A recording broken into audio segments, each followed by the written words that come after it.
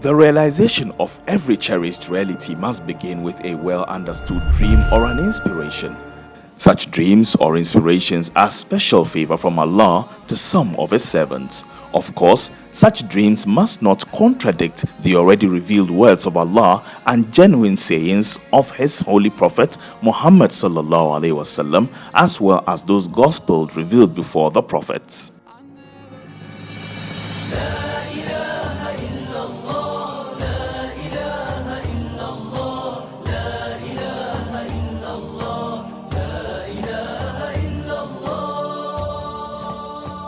The favor of a dream for the establishment of a long-awaited formal Muslim intellectual and professional group in Ghana fell on a young second-year university student, Brother Muhammad Ali Mujahid, popularly known amongst his peers as Toure. Brother Mujahid was motivated by the need for a platform that would bring together Muslim professionals in Ghana to network and share knowledge and use that to solve problems facing the Muslim Ummah. In 1992, Brother Mujahid, then a student of the University of Cape Coast, came out with a well-thought-out dream of a Muslim intellectual organization in Ghana. In summary, one can say that the establishment of academy was born by the idea, and the desire to create a platform for Muslim professionals to collaborate, contribute to the development of our communities, and promote excellence and professionalism among Muslim professionals in Ghana. Brother Mujahid's dream was simple.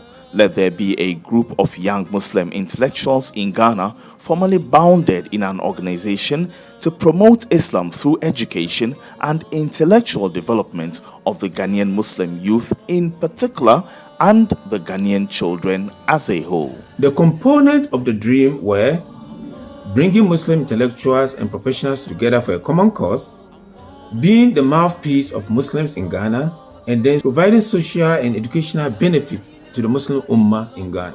After conceiving this thought, Brother Mujahid had the daunting task of translating this dream into a reality. He had two immediate tasks. First, selling the idea to his peers at the time, and second, depersonalizing the dream so as to allow a group to commit itself to its realization. In 1992, when I was a first-year student at University of Ghana, late Brother Mujahid Mohammed Toure, may Allah have mercy on him, forgive his shortcomings, and grant him Jannatul Firdaus, approached some of us with a vision. And the dream was to have intellectuals and professionals coming together to champion the cause of Islam in Ghana.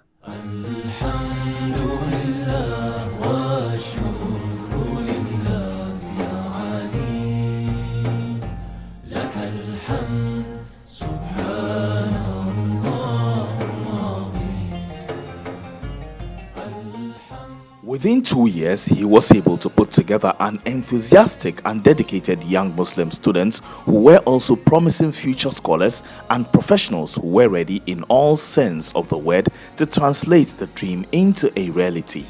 The group understood the mission and put in every effort to make it work. The following formed the core of the group: Ayuba Halidu, Adam Badama Suguri, Hussein Shado, Mustafa Ibrahim, Muhammad Mansour, Abdul Fattah Abubakar, Tunde Olabaji Brahima, Abdul Rahman, Abdul Fattah Akinyele, Abdul Rahim Sinari, Abdul Karim Hachu, Muhammad Badamasi Zakaria, Sister Hafsa, Muhammad Salisu, Ali Jibril, Haruna Zagun Saeed, Sharifa Brahima, Hamdiya Muhammad, Sister Madina to Zubair, Brother Danjuma, Anan Pobi, Seth Owusu Africanus, and Dhikrullah Suleiman. Our mission is to able to defend the cause of Islam professionally and intellectually. By the time that we were saying this, all of us were students, including the main founder, who was a university student. I was in the training college, teachers training college at that time. Most of our members were people who were in school. I remember some 30 years ago, if my memory serves me right, a few young guys approached me and they were interested in forming an organization. These young guys decided that one of the things they were going to do was to concentrate on students who were in the tertiary institutions especially. Of course, there was Jamesa, but James's role was limited. The founders, like himself included, recognized early on that there was a lack of organized platforms for Muslim professionals to collaborate, despite the fact that many Muslims in Ghana occupy very important positions in various fields. With Brother Mujahid as a leader, the group debated at meetings to draw the constitution for the new organization called the Ghana Muslim Academy. On the 5th of February 1994, the Ghana Muslim Academy was officially outdoored in Accra. The then Deputy Minister of Environment of the Republic of Ghana, the late Dr. Farouk Brahima, inaugurated the new organization with Brother Muhammad Ali Mujahid as president and Brother Ayuba as a general secretary. Since then, the organization has been very active and has not been derailed from its original mission. In fact, it has grown from strength to strength. The founding mission of the group was to promote education in the Ghanaian society, especially in deprived communities, and to foster and promote unity amongst Muslims in Ghana and the world at large by organizing programs aimed at empowering the youth intellectually, socially, and morally. Vision is to be a model international Islamic organization that promotes education and render humanitarian services so as to inculcate into the general public morality and good ethical standards on contemporary issues affecting Muslims and humanity. We were blessed to have as our first president Brother Mujahid, who has demised for now. We pray that Allah look at the little that he did and bless him. After we lost Brother Mujahid, other presidents came up, and the Academy said that every 3 years we hold an election. Mujahid came, but Abdul Fattah, who is now in the United States, and was followed by our brother Haj Zagun, doctor. Then I came as the fourth president of the Academy. I was followed by Brother Nuruddin Al-Hassan, and he was followed by Brother Jamio. Then Brother Yaqub Anderson came. And fortunately, I would say I'm blessed to have been called back as the president of GAMP. The Ghana Muslim Academy worked through a committee system. The organization had 6 main working committees, and every member belonged to at least one committee. The committees were as follows: Da'wah Committee, Publicity and Publications Committee, Education Committee, Organizing and Welfare Committee, Finance and Project Committee, and Women Development Committee. These committees are also there, focusing on specific, areas. The Academy runs on a committee system whereby we make sure that every member has a role to play in the organization. Then below the committee, you could have any subcommittee or other committees as and when the need arose. So it's structured, that is how it works. The committees were assigned activities annually by the Executive Council, made up of executive officers and heads of committees, and headed by the President. This was done after the annual programs and projects have been drawn by the Governing Council and accepted by the General Assembly respectively. Quarterly reports on programs and projects were presented to the General Assembly at the quarterly general meetings. The annual general meeting, which is an annual congress for all members, is organized on the 26th of December each year. Members take stocks, discuss annual reports presented at the AGM by the President, and new programs and projects are adopted and outdoored for the new year. It must be stated that the magic behind the success of the Academy and the accomplishment of its programs is the great deal of volunteerism, sacrifice, and teamwork on the part of its members.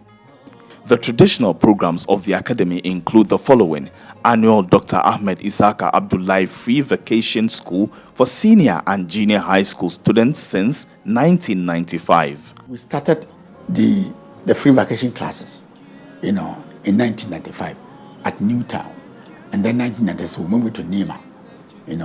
Then even the classes now became a school, the free vacation school, where we added mentorship, we added guidance and counseling, we added dawah, changing the mindset of the Muslim youth, towards education. Founders were also inspired by the idea of promoting excellence and professionalism among Muslim professionals in Ghana. We recognized earlier on that we can achieve this by promoting education. This led to the launch of our very first tuition-free vacation school program, as well as guidance and counseling tailored specifically for high schoolers. By this, we hoped to set the stage for a future generation of Muslim professionals in Ghana who can achieve their full potentials and contribute more effectively to the development of Muslims in particular and the country as a whole. And so we started something, and after that, we were going to makarantas, we were going to schools, especially Islamic schools, to conscientize the student or the youth or the children, to aspire higher when it comes to education. Not just to finish JHS or SSS, and that is it. We wanted them to get to the universities. We wanted them to get in the competitive courses. We wanted them to be the professionals who can now help to build or contribute to the development of our country, Ghana. I was then a first-year student of University of Cape Coast. Then one friend, Aminu, he told me there is a project going on at Nima Research, sacrificial, helping Muslim students and all that. So he took me there to go and teach. At that time, Dr. Zagun was the head of education committee. So I taught cost accounting for that year, I think 1999, 98, 99 there about. So a year later, Zagun approached me and said, listen, why are you not a member? Come on, you need to be a member. So the second year when I went back to teach, after the session, through Dr. Zagun, I applied, and then my nomination application was approved by the Executive Council, and I became a member.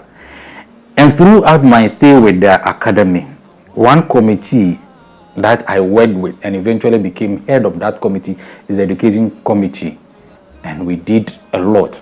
I can say that about 70 to 80% of the sacrifices that I think as a person I offered the academy was through the Education Committee.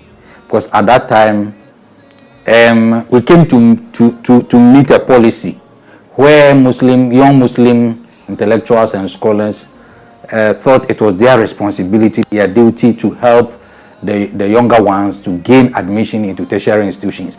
And most of our Muslim students then who came from less privileged homes, the parents did not have the money to pay exorbitant fees for them to enroll in such long vacation schools. So the academy was doing a huge job, and I let me say I am proud to be associated with that project. Sisters Forum, an annual seminar for Muslim women and girls where contemporary issues affecting women are discussed, and that has been running since 1995. Ghana Muslim Academy also had a Sisters Forum, and that's why I like Muslim Academy, because they never left their women behind. They had a women's desk which was taking care of women's issues. So Muslim women in Ghana Muslim Academy were very autonomous. They were independent, and they discussed women's issues, because it is not anything and everything that men can discuss. But for Muslim Academy to set aside a women's desk and dedicate programs to women, where you have now the Ghana Muslim Academy, now GAMP, goes to secondary schools to talk to the female students there, to encourage them, to incentivize them, to tell them you can make it. So many people have made it. For them to see role models in society, I think we have to commend Ghana Muslim Academy for this. So Ghana Muslim Academy has been doing so many programs, and they are offering social services. But you see, we have a saying that Ahinipa and Kasa, good beads don't make noise, or they don't rattle. Ghana Muslim Academy has done all these things, and they have been very low-key, but they are doing things for the Muslim community. And so many people who attest to the fact that Ghana Muslim Academy has helped them. We, the ladies in GAMP, we realize that most of the female girl child in the Zongo community realize that they think that education is only for men. But because we realize that they think that after they reached a certain age, theirs is to get married and be in the kitchen. So we realized that this is the problem in the Zongo community. So we started a forum for female child that we called it Sisters Forum.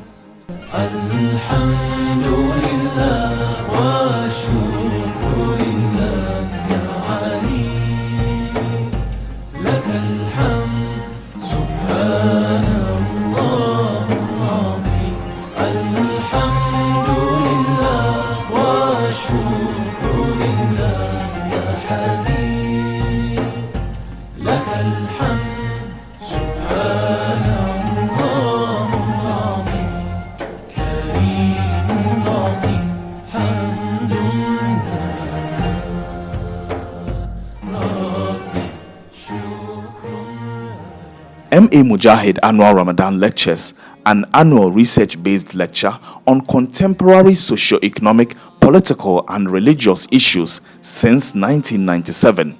Over 30 years ago, Ghana Muslim Academy came to life with very young and dynamic youth whose goal was to see to the betterment of the Muslim community. I happened to have been their teacher for most of them in secondary school. And when they started the idea of Ramadan lectures, it was the first time, I think, in Accra, where the youth would congregate to have lectures on the Quran, tafsir on the Quran, based on, using the English language. And it was very interesting that you find very dynamic youth coming to listen to the Quran, being explained in English, and being ready to contribute to discussions and to ask very intelligent questions. And the Ramadan tafsir, actually, for every year we change the venue just to attract more people. And you can imagine that the young guys at the time are all big men today, alhamdulillah. And the objectives of the academy have grown. The objectives have grown, and that is why we have a very promising future for Ghanaian Muslim youth. Annual Dawah Seminar, an annual seminar on religious tolerance and peaceful coexistence since 2000. And last but not least, annual Islamic quiz competition for senior high school students, which was introduced in 1996. Allahu Akbar, Allahu Akbar, La ilaha illahu al-Malikul Quddus. Allahu Akbar, Allahu Akbar.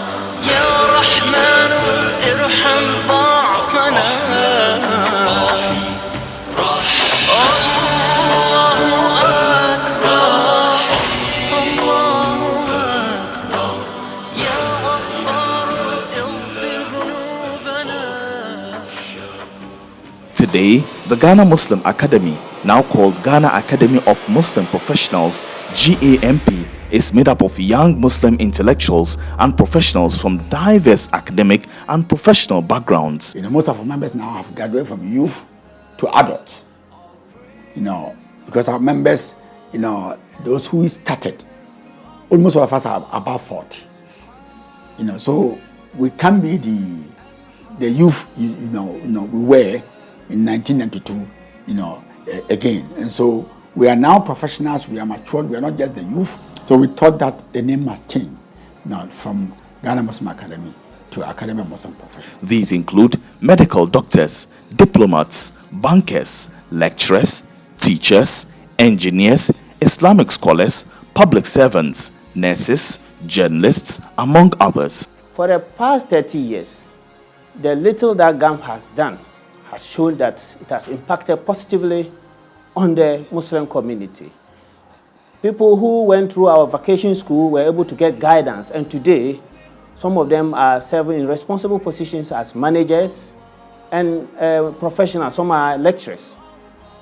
So for you to contribute your quota to the service of Islam, GAMP is a place for you to join so that we can impact our rich experiences, serve as role models and mentors to the young ones who are actually looking for a brighter future, and they need to be guided. We were the first beneficiaries of the magnanimity of GAMP because we managed to attend the free classes that was organized at Accra New Town. They gave us this opportunity, and I think it helped us a lot. We were able to write our WASI exams or SSC those days, and we passed and we went ahead in our studies. We went to Legon. After Legon, then we got our opportunity, inshallah. Currently, we are working at MTN. I have been one of the products of Ghana Muslim Academy. I went through the vacation classes for some years, and it has really helped me develop myself as an IT professional. I know my colleagues and myself, and I can testify that it is one of the outstanding organizations that has brought so many young people to actually actualize their dreams. Alhamdulillah, alhamdulillah. We thank Allah subhanahu wa ta'ala for giving us this wonderful opportunity to identify ourselves with a unique and outstanding organization that has served the Muslim Ummah over the past decades.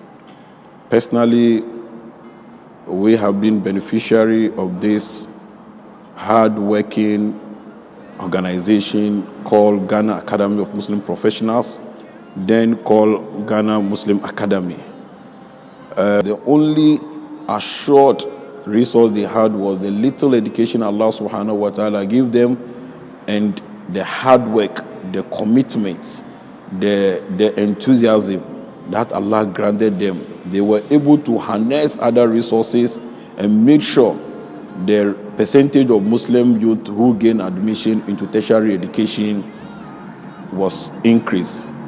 Without any doubt, personally, we benefited from it. Humanitarian and relief services to the poor. Prisons reformation services. One of the key objectives of Ghana Muslim Academy is development. And they saw development as multifaceted. And so Ghana Muslim Academy ventured into so many programs, provision of social services. Ghana Muslim Academy went to the prisons, and they are still in the prisons. They do their prison visitation.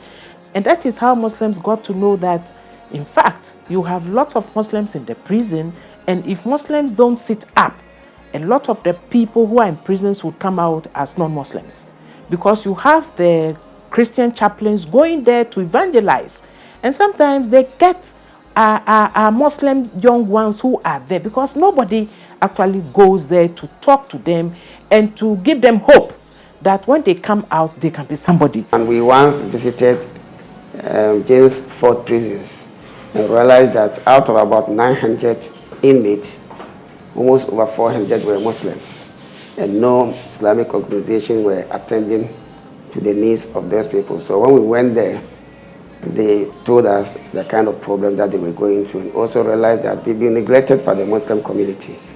So we thought it wise to have a project that will help the reformation and rehabilitation of the inmates. So we've done that for a number of years with the prisons officers.